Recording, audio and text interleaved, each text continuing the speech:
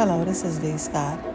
I give you news, scandals, black history, poetry, and more here. Thank you for coming to my channel. Like, comment, and subscribe. I will talk to you down in the comments. Yes, here. Mississippi passing legislation to create a court system to govern only white people. Let's put up the picture here. That is the illustrious Capitol. This is where all of the legislation gets dealt with. A white supermajority of the Mississippi House voted to create a separate court system, an expanded police power inside of the blackest major city in the United States of America, the city of Jackson, Mississippi. This new court system and this police takeover would be orchestrated by a completely white panel of state officials. It is called House Bill 1020. If House Bill 1020 becomes law later this session, which by the way, many are predicting it will, the white Chief Justice of the Mississippi Supreme Court would be able to appoint 2 judges to oversee a new district within the city. Now watch how they're doing it. This new city, one that includes all of the city's major white communities, among other areas. This white city or the white state attorney general would appoint 4 prosecutors to this new dynamic within the city. A court clerk would be appointed as well to govern the white members of the Jackson community. And 4 public defenders would be available for the white members of this new dynamic. The White State Public Safety Commission would oversee an expanded Capitol Police Force run currently by a white chief of police inside of the black city, taking away their authority as a city government.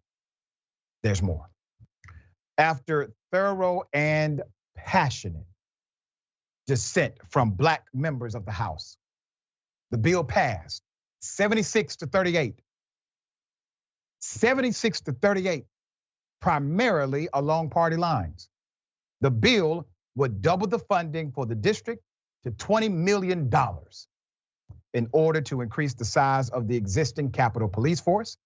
The new court system laid out in House Bill 1020 is estimated to cost $1.6 million annually. I'm going to help you get to the bottom of why this is even a thing, okay?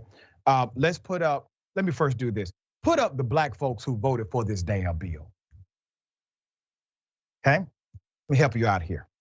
You got 2 black members of the House, Representative Cedric Salat Burnett, a Democrat from Tunisia, and Angela Cockerham, an independent from Mongolia. They voted for the measure.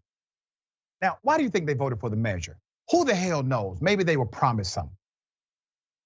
But all but one lawmaker representing the city of Jackson, Representative Shonda Yates, an independent, actually opposed the bill. The bill was authored by Republican Representative Trey Lamar. He's on the left.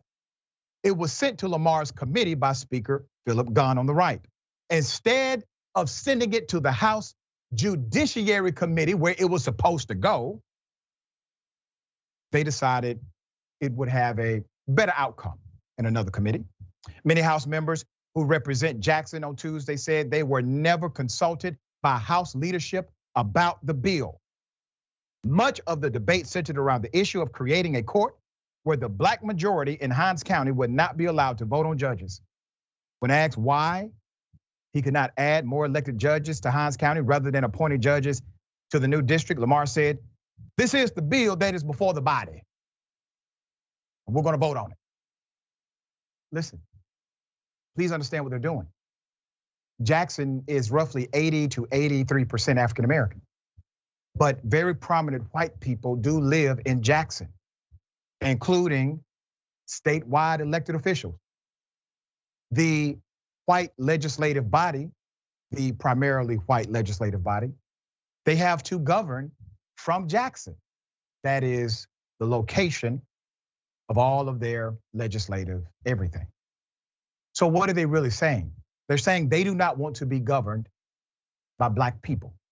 And so they're creating a district inside of the city that will have a different standard of operation, a different court system, and a different police force than anywhere else in Jackson, Mississippi. This was actually a thing back in the 60s. I remember when the documentary of the Atlanta Police Force was shown, and it highlighted how Black cops were not allowed to arrest white people. They were not allowed to go to the precinct. They had to stay at the local YMCA. They were not allowed to stare at white women. They had a badge, they had a uniform, some of them even had a gun. But culturally, they were not to engage nor govern the actions of white citizens. Even back then, none of that was codified into law. It was simply understood culturally. Literally, you have a reverse of that. It is now going to be codified in law if it is signed. My dear sister, what are your thoughts on this?